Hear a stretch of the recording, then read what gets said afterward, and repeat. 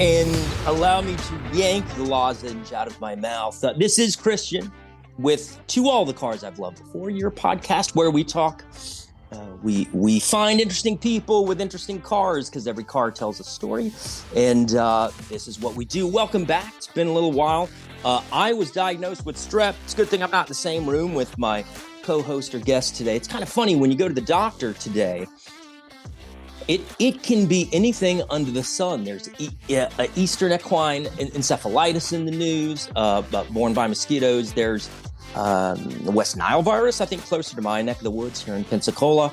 But your humble narrator here went to the doctor and have a just an everyday lowly case of strep, thank goodness. So I'm healing with antibiotics, but I will be sucking on lozenges throughout the interview on the mend. Thank you. And how you doing, partner? What you been up to? I'm doing great. Great to be back here with you. I'm glad you're on the mend, and you're here for the listeners. Absolutely, Taking always one for the team.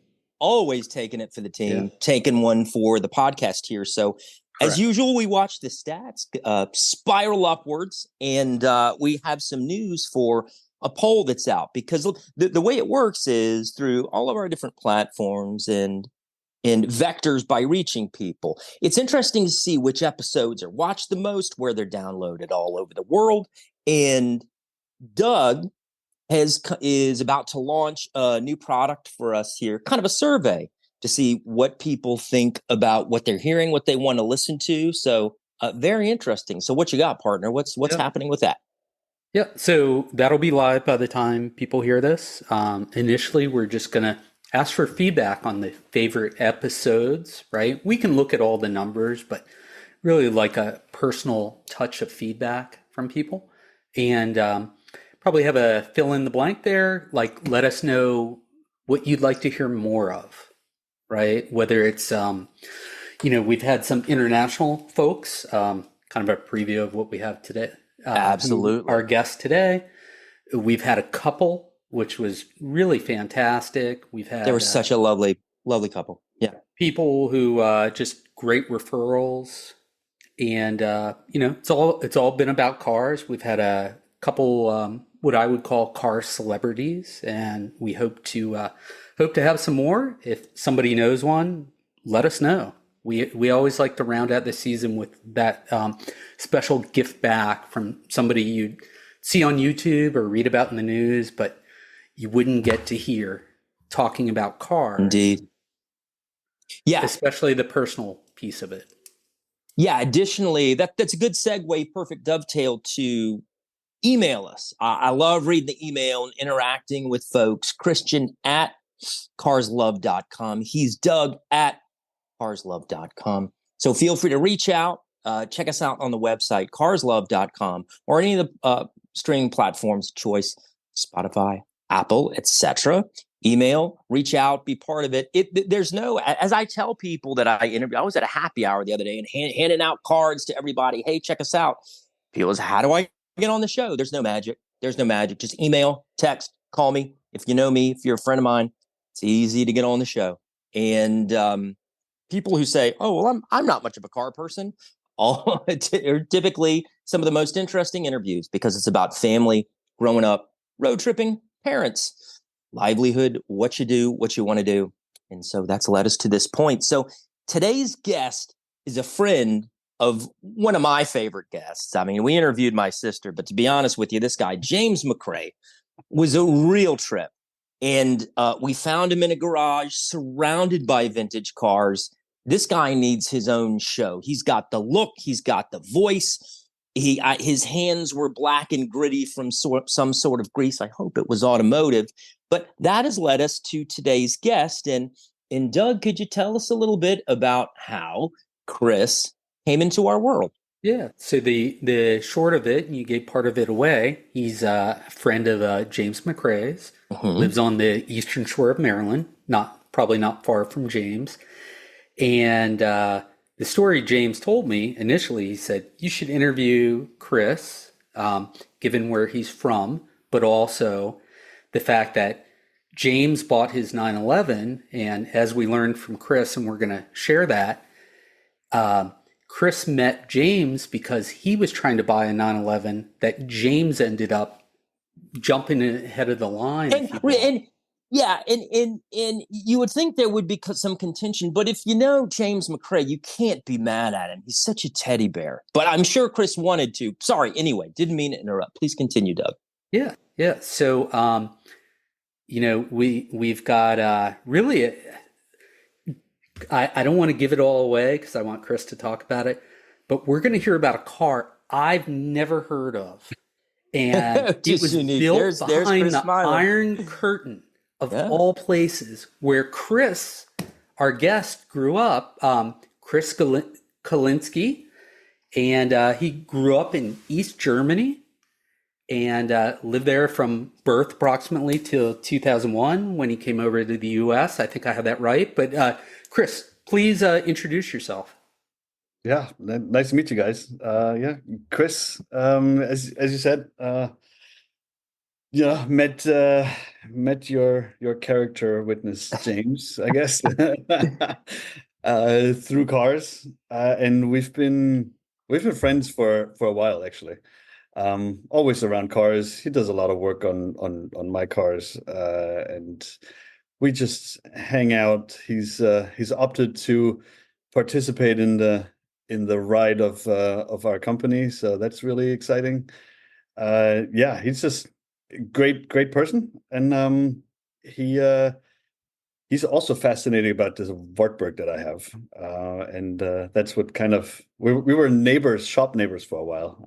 I just stored my stuff, and he works on it, and so that's how we kind of got to know each other. And then yeah, like as you said, I grew up in East Germany until the wall fell, and then eventually moved over here, and so here we are. But should I don't mean to jump anybody's train here, but should we start with grandmother, Doug, or was there another? Place to begin? I think grandmother, right? That would be how Chris acquired his first car. And tell us a little about her. No, she's awesome. She's yeah, my grandmother spent a ton of time with her when I grew up, and it was I love that. It was really really close relationship. And when it was time to get a car, she bought me this Wartburg, and it was actually East Germany, as you can imagine. We didn't have a whole lot of selection of cars, so. Okay. My uncle had a Wartburg, which then got purchased by my father. And when I got mine, I happened to have the newest one in the family. And how does that happen? Yeah, I know it was interesting. But I mean, they were great cars. Okay. Were they reliable? Did they leave you on the side of the road? No, they were not reliable at all. It just wasn't a big town, so no big deal. Yeah, they were light, so you can always jumpstart them. So that's fun. That's what I was thinking. Yeah. But no, mine had this really weird habit of accumulating water in the fuel lines, and every winter it would leave me stranded on every intersection it found. So I had to heat up the fuel filter with with some open fire to get it going again. And that was fun. But yeah, so I ended up the one that my grandmother bought me was white, and I ended up selling that because you're young and you go through cars. That's right. But I eventually my uncle and my father had a mustard yellow one with brown interior. That was the thing to have. So when I found the one I have now, it's obviously mustard yellow with brown interior and almost new condition. So it's like a super flashback every time I sit in the car. It's like I'm 5 years old, and the smell, the feeling, it's just cool. Was it hard to get that car? Was it hard to achieve and obtain that car, or easier than you would think, given the modern convenience of the internet, etc.? As every car guy does, I guess. We're hanging out on back then on eBay or Facebook Market these days and shopping cars, and I just found this one in Florida of all places. Florida. Someone ordered it, and I'm like, shit, I'm buying it. So I bought it sight unseen. I was like, just put it on a truck and ship it up here, and then I'll figure it out from here. And then, yeah, it took a little bit of work to get it back to driving conditions. We had to like manufacture parts for it Sure, that was my next question. Yeah. Like the gear linkage we had to make from scratch. So things like that is kind of fun. But yeah, another friend that also James knows really well did all the restoration work on my car, and now it's like it essentially has 40,000 miles on it or something like that. So it's in essentially new condition because it just kind of, you know, quite frankly, it just sits around, does nothing except warm my heart when I look at it. But other than that, now, how often do you drive it? Never. Okay. I had it all redone. It's like it's the perfect condition. I drove it once. So gotcha. Okay. Well, I'm hoping to come over to the Eastern Shore and see it someday. James gave us a open invitation. I just, with school and everything, kids' school and everything, I just haven't had a chance to get over there. But it's not far from me. So I'd love to see it. You should. Yeah. It sits with my other eclectic cars. Yeah. So straight back, 30 years later, right? You went and found the same car. Yeah, and the one I got is an 1985. Okay. Nice. Yeah, and it's we didn't have many versions of it, obviously, but I found the deluxe edition which has a tow hitch on it, which was not normal, and it doesn't. Sorry, go ahead. And it had like the headrest things on the seats, which was new. Yep. I see. It had a radio, so that's cool. And it doesn't look like I haven't called up on my monitor here. It doesn't look like they could tow very much. Maybe a small trailer. They just don't look like they're very. So funny enough, the car. I don't know if you've ever seen the motor of the car, but it's a reverse mounted 3-cylinder 2-stroke with 40 or 53 horsepower, I think, 47 or 53, something like that. But that motor was used for everything. We like these Germans, we put it in trucks, in like utility wagons, in everything, and it was the motor to have, right? But it's they're super simple. You can fix them on the side of the road. No big deal. But it's like it actually remarkably reliable if you don't have fuel issues, for towing and for running all over the place. So I mean, it was East Germans drove that thing all over the road. Yeah. My understanding, one is it was a Volkswagen engine. No, that was originally the one that I got, the white one, had the Volkswagen engine in it. Okay. The old version had a Wartburg barcast. Okay, it was actually a Wartburg. Okay. Yep. And did the company that manufactured the Wartburg, how far back did they go from manufacturing cars? Like before World War II, or? Yeah. It was BMW. I see. And it was all like one big company. And that got then split up. And funny enough, they called it EMW in Germany for Eisenacher Motorenwerke, instead of Bayerische Motorenwerke. So, instead of Bavarian Motorworks, it was Eisenach Motorworks where the plant was located. But yeah, that's yeah. They didn't make much progress. Right. The design was it looks very, very boxy, like in 60s Volvo. Yes, very much. But it's got its charm. It certainly stands out. Yep, for sure. That's something you're not going to see on the roads. No, you're not going to see at a car show. You just not in this country for sure. I took it to one car show when I had it just done, and I parked it next to a brand new Ferrari, Everybody was looking at my car. Absolutely. What is that? Yeah, the Ferrari guy was not too happy. Yeah. So,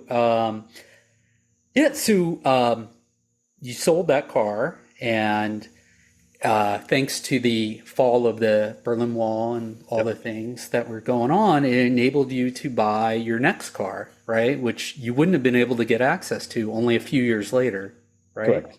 And that was tell us. That was a Ford Probe GT, Okay. which is, of course, the vast opposite of the Wartburg. The Yeah, Wartburg goes about 60 miles an hour, and then you don't really want to go any faster. So, the Probe was awesome, especially as a 19-year-old in Germany, on the Autobahn, having a turbo car that can hold its own with any 911 or any Ferrari on the road is fun. Yeah. Yeah. And I love that car. Absolutely loved it. I'm actually don't tell my wife, but I'm hunting for one. Yeah. Oh boy. Here we go again. I get it. I remember when those Probes came out, and they were such cool cars, and Futuristic looking. Yeah, futuristic. A lot of people don't know they were actually supposed to replace the Mustang, but Mustang people went crazy, and Ford's like, okay, we'll just call it a Ford and sell it alongside. And it was actually a Mazda 626 turboed up, with the adjustable ride height, which was like totally new in '91. Yep. Unheard of. Digital dash, your version, I think. Yeah, and they sold it with a artificial horsepower number for insurance reasons. So they said it's 147 horsepower, which was nowhere true. It had over 200, and it was so funny. The speedometer just kept going, like it would just go around the clock, because it would stop at 220 kilometers an hour, and it would just keep going. So you're like, yeah, I'm probably going like 240, 250, something like that, in that range, kilometers an hour. Just tell when you get pulled over, just tell the cop I was extrapolating. It was going roughly this fast. Yeah. Well, but he was doing that on the Autobahn probably, right? Yep. And in the parts that don't have a speed limit, right? Yep. Certainly. And I know Christian's enamored. I've actually been on the Autobahn, not driving, but I've been to Germany a couple times for work. But maybe you can tell our listeners and Christian what it was like, what the Autobahn's like, right? Everybody in the U.S. thinks, oh, there's no speed limit. That's not true. Right. I know about the left lane is for passing only. Yep. People will flash you, and you get out of the way as quickly as possible. Yep, absolutely. So there's a certain percentage of the Autobahn that's no speed limit. And it's way more fun, of course, at night when there's nobody on it. So, Autobahns in Germany are notoriously congested, which makes it less fun. But there's a certain order, right? So if you're not passing, you're not in the left lane, period. You actually get ticketed for that. So you get ticketed for hanging out in the left lane, which is very fruitful, I think. Yep. They should do that over here. They should, totally should. Yep. It's frustrating. But on the flip side of that, you're not allowed to pass on the right either. So, which, introduces certain behavior, which is helpful. So, but the wildest experience, I'm going 160, 170 kilometers an hour, which is about 100 miles an hour, 110, something like that, on the Autobahn, just cruising along, and look in the rearview mirror and I see a little tiny yellow dot, like really tiny in the mirror. And not 3 seconds later, my whole car goes, like, shakes over. I'm in the middle lane. And this, I think it was a Diablo or something, just blew by 300 kilometers an hour, just like standing still. So you can't hang out in the left lane because they're going to crash into you, right? So,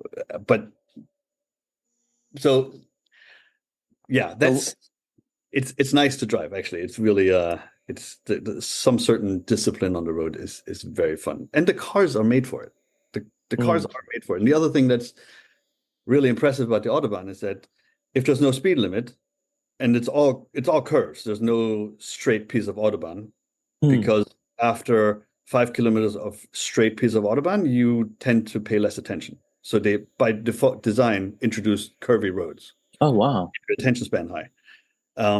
But you can book into a curve at the no speed limit Autobahn with 250 kilometers an hour. And you know that the road can handle it if your car can. So it's not like, where you have to be afraid of that the road is gonna give you issues. Mm-hmm. You can rely on the road being able to handle the speed limit that's there or not there. So if you drive a proper car, it's a lot of fun. I mean, you can bank through and have a very entertaining drive, and it goes quick. That's interesting. That's really interesting. And so the road, it's a stupid question, but the road itself is in pretty good shape. Where I live down here in the Southeast United States, you kind of change from state to state to state very quickly, especially along the Gulf Coast here in Florida. Yeah. Roads are different from Alabama roads, which are different from Baldwin County roads, which are different from in the amount of upkeep, right? It is very different. So is the whole thing concrete, or any word on that? Oh, it's over-engineered. I mean, lovely. They're notoriously curved, so there's no standing water. Oh. So the water just kind of runs off. And the Autobahn is maintained not by the counties, but by the state. So the downside of that is you have a constant construction going on all over the place, which is kind of frustrating. But when it's done, it lasts a long time. And it's also super thick in many layers of road. So not like here where we're just putting a new little layer of asphalt on it and call it a day for a couple of years. Yeah, exactly. It's because the weather conditions are tougher, right? We have a lot of snow and that's true, especially where you are. Yeah. So they hold up really well. Gotcha. But the downside is it's a constant construction zone everywhere. Yeah. Gotcha. So what happened to the probe? I know you got it up to some high speeds on the Autobahn, but we don't know what happened to it.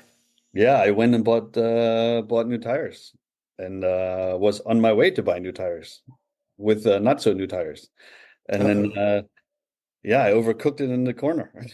Oh no! Oh no! In the rain, yeah, fully crashed it into the side barrier. That was just very unfortunate. Yeah. Very unfortunate. But is what is. So you have a fleet of cars, as it were, right now. I was kind of curious about maybe your favorite car, or we know what car elicits the most fond memories of your past. But what are the other couple? You don't have to name three in the cars. You can if you want. But what are some other notable ones that mean something to you, that either evoke some sort of family response or something you want to do with the car? I have a weird collection of cars. They're not for value or anything like that. I'm more interested in driving some cars or just having other cars just because I want to have them. I have a 1929 Model A that wow. Just sitting around. It's in picture perfect condition. And it's one of those things you walk through an estate sale and you're just talking to the realtor and I'm like, oh, that's a cool car. And you make a lowball offer, and then somehow they accept it, and your wife's upset, and it ends up in your warehouse. So it's the thing sits around, and it's really cool with a rumble seat and everything. I haven't driven it, an inch yet. So it's a cool car. I don't know what I'm doing with it. But I don't know. I just wanted to have it. So you're going to keep it, or is that really irrelevant? You'll keep it as long as it pleases you. Kinda. Yeah, Kinda. I got you. Yeah. My favorite car was a 911 that I sold to Mr. McRae. Unfortunately, mm-hmm. He is he's a very sweet talker, and he talked me into selling it to him. A weak moment, I did, and then I didn't make it 2 days before buying another 911. So, and Right. Well, that's he enabled you to buy that car, right? Because as not he really, told because he the made me buy a story, new one, like your a newer. your wife was like, no more 911s unless you sell the one you have. That's correct. Unfortunately, Okay. that's unfortunately correct. Yeah. Yep. So, Yep. but I did sell it to him with the deal that I get first right of refusal when he ever wants to get rid of it. And unfortunately, he doesn't. So I'm kind of waiting. Yep. Yeah, and Waiting for him to. it's a beautiful car. What model 911 did you replace it with? I bought a 2018 C2. Okay. Nice. So which is they call it base, but it's a monster. Yep. It's a total Jekyll and Hyde car. So it's wild. It's wild. It gets you in trouble all over the place. Is And it a convertible as well? no, Okay. I went for the coupe on purpose. This Yep. one. Yeah, I've had enough convertibles, and then my Yep. wife hates convertibles. So Okay. she's like, if you want me to go in the car or drive it, then it's got to be a coupe. So Okay. yeah. Yeah. Management has spoken. Management has Oh, totally. spoken. 100%. Yeah. 100%. Smart man, smart man. So, yeah, as we wind down here, Doug, did you have anything before we got into the rewilding site in Finland that I'd like to talk to Chris about? Well, I think I can't help because Chris mentioned it, asking him about the Singer 911. Absolutely. And Yeah. I'll share a quick story. Of course, I'm a car guy, so I've seen a lot of. I've learned a lot about Singers. I went to the Peterson Automobile Museum. They have a Singer out there in California.